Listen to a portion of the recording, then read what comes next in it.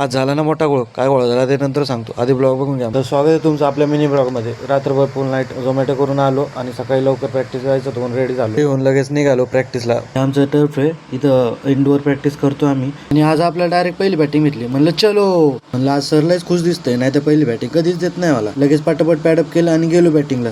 थोडा वेळ बॅटिंग करून झालं, परत बॉलिंग केली.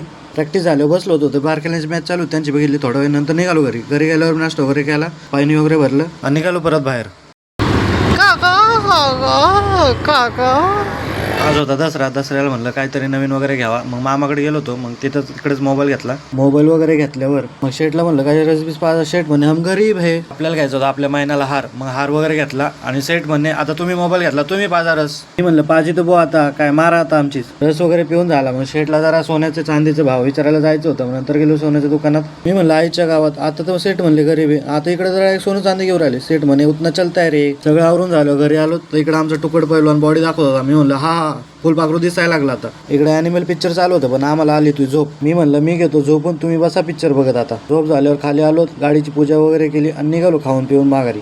याला म्हणलं अय लसून सरक बाजूला, गाडी आहे ना तुला. मग मी बसलो चालवायला. वातावरण असं झालं होतं, म्हणलं पाऊस येतो का काय. आणि तेवढं आला ना भाऊ पाऊस. तिकडे ऊन पडेल आणि इकडे पाऊस येतोय.